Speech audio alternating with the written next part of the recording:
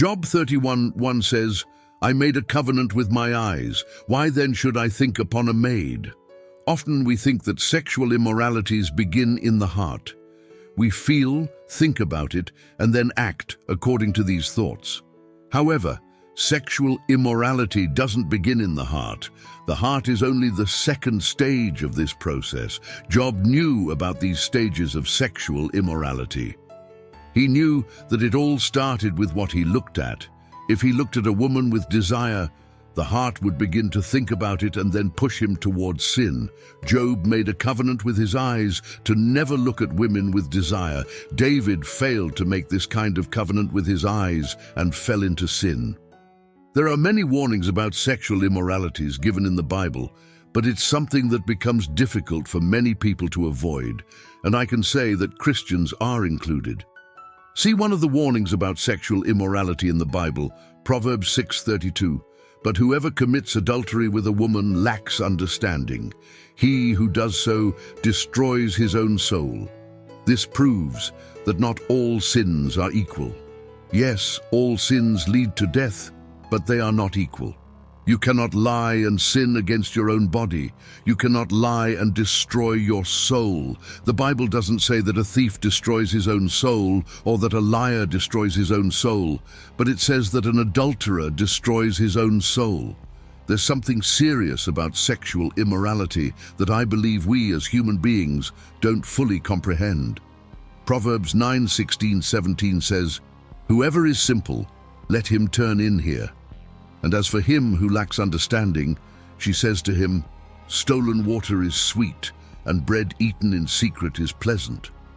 Here, this lady is quoting a well-known saying, which is a half-truth, and we all know that a half-truth is a lie.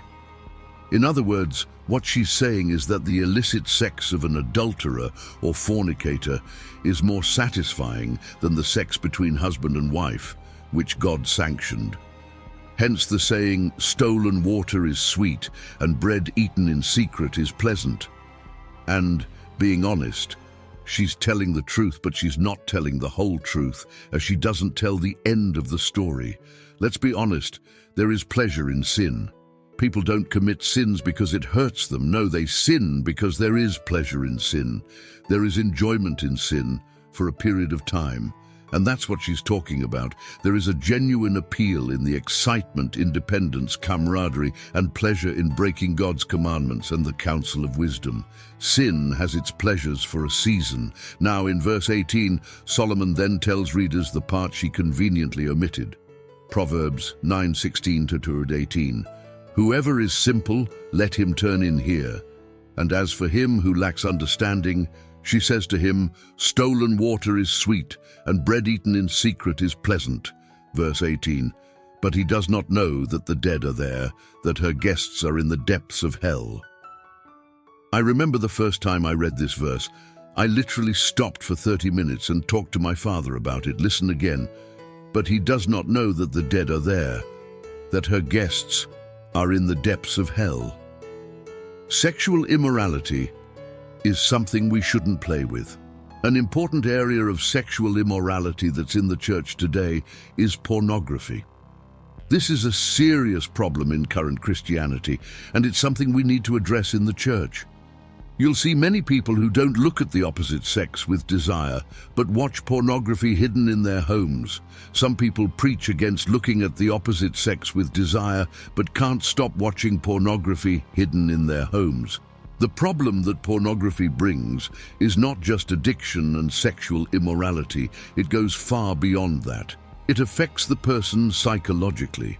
I was analyzing the statistics of people who watch pornography, and I can say they are frightening. About 40 million Americans watch it regularly. It's also known that 35% of all internet downloads are related to pornography. In the church, 1 in 5 youth pastors watches it regularly, and 1 in 7 adult pastors watches it regularly. More than 70% of Christians or church members are still struggling with this today and watch at least once a month. 90% of teenagers and 96% of young adults are encouraging, accepting, or remaining neutral in the discussion of this topic. I'm not judging anyone. I'm not judging people who are struggling to get out of this addiction. But this is not something you should accept as part of your life.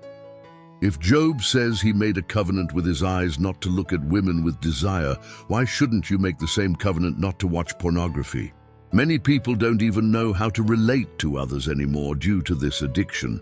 Many people are facing depression because they hate themselves for it.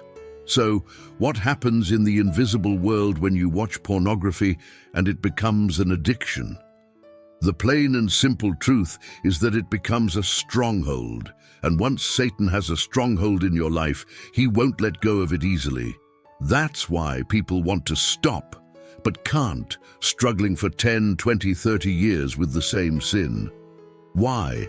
Because it's a stronghold. 1, 2, 3 clicks, and you have access to another world, and the more you're in that world, the deeper that stronghold becomes, and the tighter its claws grip around you. I remember a young man who came to my church and asked for prayer. He came to me saying, Pastor, I need prayer." And I asked, "For what?"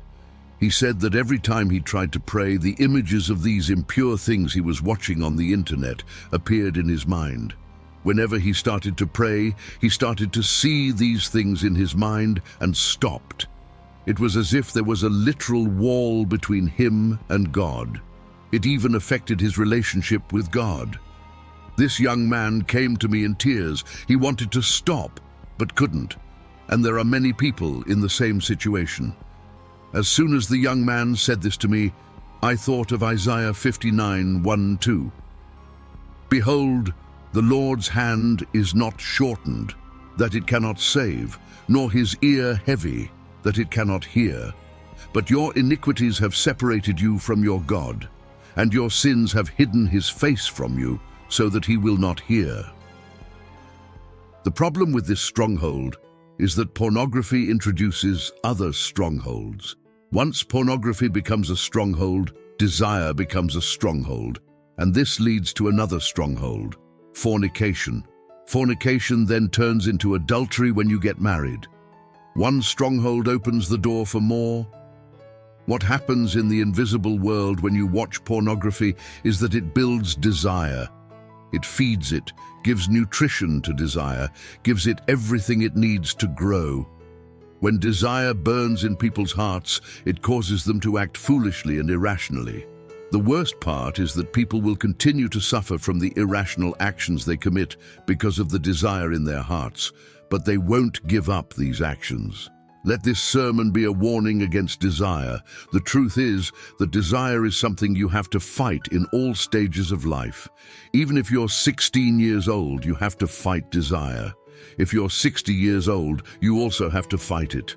If you're single and think desire will disappear when you get married, that's a lie. You have to fight desire in all phases of your life. I believe that one of the greatest causes of our regrets as human beings is desire. If you want a better future for yourself, you need to deal with desire. Desire will cloud your judgment, destroy you, end your family, ruin your health, take your money, steal your joy, erect a wall between you and God, and throw you into a deeper hole than you ever imagined. Desire, if not controlled, will leave you in a place where you'll wonder, how did I get here? I say all this because I've seen desire do this to people with my own eyes. I've seen desire make two people who had no intention of being together have to raise a child because of desire. I've seen people stay in relationships that didn't lead to marriage because of desire. Let's be honest. Desire will make you contact people you have nothing to do with. Desire will cloud your mind and judgment. Your ability to make good decisions disappears when desire is involved. When you have sex on your mind, your reasoning and decision-making skills are weak. Desire makes you become irresponsible. It's like a drug. When people are on drugs, they're not as responsible as they would be with a sober mind. Desire will make a man give up and destroy a 20-year marriage for 10 minutes of pleasure. Isn't it really foolish for a man who has built a 20-year marriage to give up his wife and children to pursue a girl for 10 minutes of pleasure?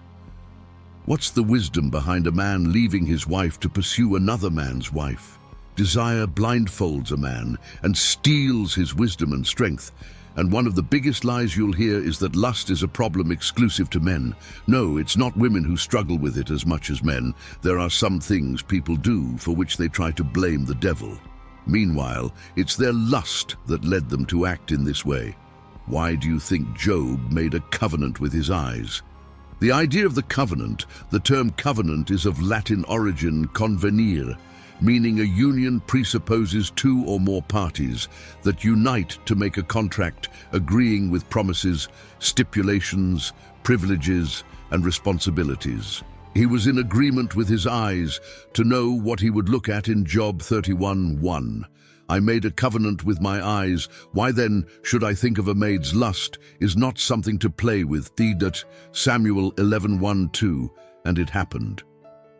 After the year expired, at the time when kings go out to battle, David sent Joab and his servants with him and all Israel, and they destroyed the children of Ammon and besieged Rabbah. But David still remained in Jerusalem, and it happened on a night tide that David rose from his bed and walked on the roof of the king's house. And from the roof he saw a woman washing herself, and the woman was very beautiful to look at him. Seeing this woman leading to all of David's problems, the eyes look and see. Then the heart will store this, and the brain will start to process it, causing you to think about it all the time. When you commit sexual sin, you are not sinning against other people. You are not sinning outside your body. You are not sinning to destroy other people's lives, but you are sinning against your body. You are destroying your own life. 1 Corinthians 6:18. KJV, flee fornication.